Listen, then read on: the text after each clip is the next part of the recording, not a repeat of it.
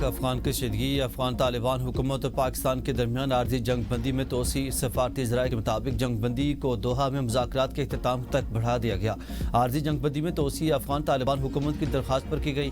پاک افغان اعلیٰ سطح مذاکرات آج شروع ہونے کی توقع ہے۔ مذاکرات میں شرکت کے لیے اعلیٰ سطح کا پاکستانی وفد آج دوحہ روانہ ہوگا۔ 48 گھنٹے کی عارضی جنگ بندی جمعہ کی شام 6 بجے ختم ہوئی تھی۔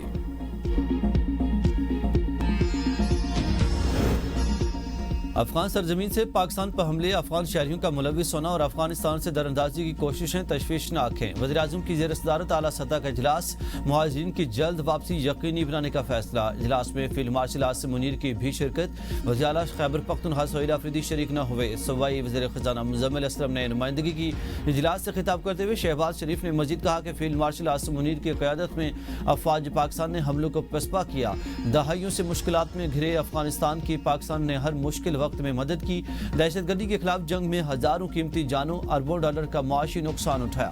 دراندازی روکنے کے لیے سفارتی کوششیں اور مذاکرات کیے۔ عوام سوال کرتے ہیں کہ حکومت کب تک افغان مہاجرین کا بوجھ اٹھائے گی۔ اداروں اور صوبائی حکومتوں کے تعاون سے افغان باشندوں کی جلد واپسی یقینی بنائیں گے۔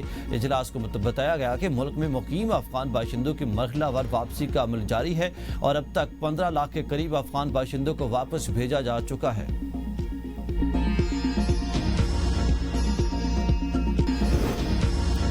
افغانستان بھارت کی پراکسی بن گیا۔ کابل کے حکمران بھارت کی گود میں بیٹھ کر سازشیں کر رہے ہیں۔ وزیر دفاع خواجہ آصف کہتے ہیں کہ 2021 سے اب تک 3844 پاکستانی شہریوں کو شہید کیا گیا۔ کل تک ہماری پناہ میں ہماری زمین پر چھپتے پھرتے تھے۔ پاکستان اب کابل کے ساتھ تعلقات کا ماضی کی طرح مکمل نہیں ہو سکتا۔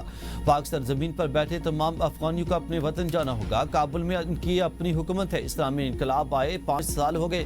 پاکستان کے ساتھ ہمسایوں کی طرح رہنا ہوگا۔ ہماری سرزمین اور وسائل 25 کروڑ پاکستانی کی ملکیت ہیں۔ دہائیوں کی زبردستی کی مہمان نوازی کے خاتمے کا وقت آ گیا۔ خوددار قومیں بیگانی سرزمین اور وسائل پر نہیں پلتی۔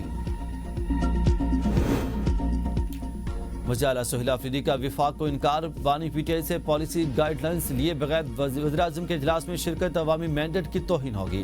وزیر اعلیٰ خیبر پختونخوا کو سہیل آفریدی نے وزیراعظم کی زیر صدارت اجلاس میں شرکت نہ کرنے کی وجہ بتا دی۔ کہا کہ وفاقی حکومت کی زراعت اور افغان مہاجرین کے حوالے سے میٹنگ میں ذاتی طور پر شرکت سے معذرت کی۔ خیبر پختونخوا کے عوام نے بانی پی ٹی آئی کو ووٹ مینڈیٹ دیا۔ جب تک میں بانی پی ٹی آئی سے مل کر پالیسی گائیڈ لائنز نہیں لیتا، کسی ایسی میٹنگ میں شرکت صوبے کی عوام کے مینڈیٹ کی توہین ہوگی۔ تمام صوبے اجلاس میں شریک ہوئے، سہیل آفریدی نہیں آئے۔ امن امان کے حوالے سے سیاست کرنا افسوسناک ہے۔ وفاقی وزیر اطلاعات عطاءاللہ تارڑ کہتے ہیں کہ وزیراعظم کی صدارت میں افغان پناہ گزینوں کی واپسی کے حوالے سے اہم اجلاس ہوا، جس میں تمام متعلقہ ادارے اور صوبوں کی نمائندگی موجود تھی، جبکہ وزیر اعلیٰ خیبر پختونخوا سہیل آفریدی اجلاس میں شریک نہیں ہوئے۔ عطاءاللہ تارڑ نے کہا کہ سیکورٹی فورسز کی جانب سے قربانیاں دی جا رہی ہیں۔ امن امان کے حوالے سے اجلاس میں عدم شرکت افسوسناک ہے۔ عطا تارڑ نے کہا کہ افغان پناہ گزینوں کی واپسی ایک نازک معاملہ ہے، جس پر تمام متعلقہ فریقین کو مل کر کام کرنا ہوگا تاکہ امن و استحکام کو یقینی بنایا جا سکے۔ مذہبی جماعت کی ہڑتال کے کال کو عوام نے مسترد کر دیا ہے۔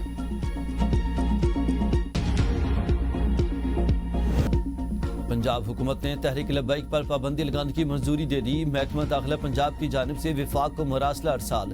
وزیر اطلاعات عظمہ بخاری کہتی ہیں کہ حکومتی ریٹ کو چیلنج کرنے والے ملک کے ہمدرد نہیں ہو سکتے۔ احتجاج کے نام پر سڑکیں اور راستے بند کرنے کی اجازت نہیں دی جا سکتی۔ غزہ کے نام پر کال اس وقت دی گئی کہ جب وہاں جنگ بندی ہو چکی تھی۔ مذہب کے نام پر اپنی سوچ مسلط کرنا قابل قبول نہیں۔ بانی پی ٹی آئی نے اپنے دور میں اس تنظیم کو شدت پسند کہا تھا، اب اس کے حق میں احتجاج کی کال دی۔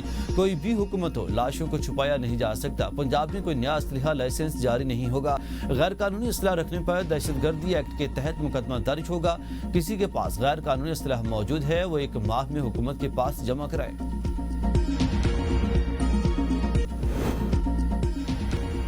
عالمی برادری کا پاکستان کی اقتصادی پالیسیوں پر اعتماد مستحکم۔ وزیر خزانہ محمد اورنگزیب کی واشنگٹن میں چین کے نائب وزیر خزانہ سے ملاقات۔ آئی ایم ایف کے ساتھ سٹاف لیول معاہدے سے آگاہ کیا۔ کہا کہ نیو ڈیولپمنٹ بینک میں پاکستان کی رکنیت کے لیے چین کی حمایت کی درخواست کی۔ وزیر خزانہ کی بنگلہ دیش کے چیف ایڈوائزر کے خصوصی نمائندے سے ملاقات۔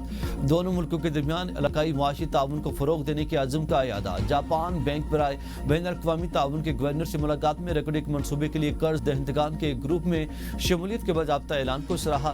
وزیر خزانہ کا ورلڈ اکنامک فورم کے اجلاس سے بھی خطاب۔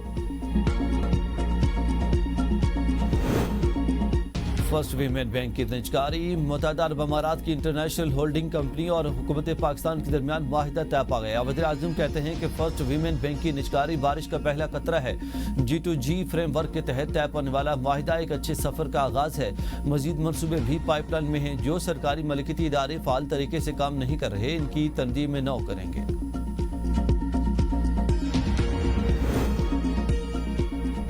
شہریوں کے جان و مال کی حفاظت ہماری پہلی ترجیح ہے. وزیر اعلیٰ پنجاب مریم نواز سے کابینہ میں شامل نئے وزراء رانا محمد اقبال اور منشا اللہ بٹ کی ملاقات. پارٹی امور اور ملکی حالات پر گفتگو. وزیر اعلیٰ مریم نواز کی فیکٹری ورکرز اور مزدوروں کے رجسٹریشن میں شفافیت کی ہدایت. صوبائی وزیر محنت کو کہا کہ مقرر کردہ اجرت کی ادائیگی یقینی بنائی جائے. صوبائی وزیر قانون نے کہا کہ چند ماہ کی قلیل مدت میں صوبہ بھر میں امن و امان کی فضا بہتر ہوئی ہے. وفاق کے بعد پنجاب میں بھی پی ٹی آئی ارکان اسمبلی قائمہ کمیٹیوں سے مستعفی. تحریک انصاف پنجاب اسمبلی کے تمام اراکین نے قائمہ کمیٹیوں اور چیئرمین شپ سے استعفے دے دیے. اراکین اسمبلی 8 کمیٹیوں کی چیئرمین شپ سے مستعفی. 100 سے زائد تحریک انصاف کے اراکین اسمبلی نے استعفے دیے. مجموعی طور پر 143 قائمہ کمیٹیوں کے ممبران نے استعفے دیے. اپوزیشن لیڈر معین ریاض قریشی نے کہا کہ اراکین نے بانی پی ٹی آئی کا سر فخر سے بلند کیا. اراکین اپنے حلقوں کے عوام کی امیدوں پر پورا اترے.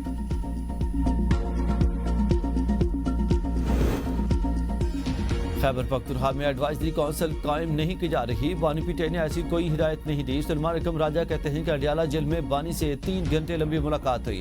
بیرسٹر گوہر بھی موجود تھے. بانی نے وزیر اعلیٰ سہیل آفریدی کے لیے بعض ہدایات دیں. کسی نے خیبر پختونخوا میں ایڈوائزری کونسل کی تجویز پیش نہیں کی. میرا خیبر پختونخوا کے انتظامی معاملات سے کوئی تعلق نہیں, لہٰذا مجھے علیحدہ ہونے کی کوئی ہدایت نہیں دی گئی. بانی پی ٹی آئی نے سہیل آفریدی کے انتخاب میں میری کاوش کو سراہا. بانی پی ٹی آئی نے واضح کیا کہ سہیل آفریدی اپنی کابینہ خود تشکیل دیں گے. میری اور بیرسٹر گوہر کی موجودگی میں پنجاب میں کسی تبدیلی کی ہدایت نہیں دی گئی.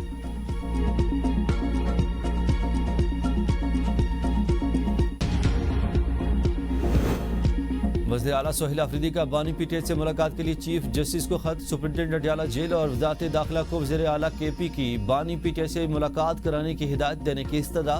وزیر اعلیٰ نے بانی سے ملاقات کے لیے اسلام آباد ہائی کورٹ سے بھی رجوع کر لیا. درخواست میں موقف اختیار کیا کہ کابینہ تشکیل اور گورننس کے حساس معاملات پر بانی سے رہنمائی لینا لازمی ہے.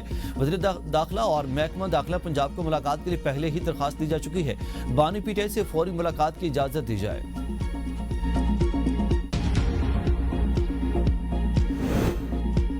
آزاد کشمیر میں عوامی ایکشن سے معاہدے پر عمل درآمد کا آغاز. مزید 2 وزراء اکبر ابراہیم اور ماجد خان نے کابینہ سے مستعفی ہونے کا اعلان کر دیا. مظفر آباد میں پریس کانفرنس کے دوران کابینہ سے علیحدہ ہونے کے اعلان کرتے ہوئے اکبر ابراہیم نے کہا کہ میں اور ماجد خان کابینہ سے استعفے کا اعلان کرتے ہیں.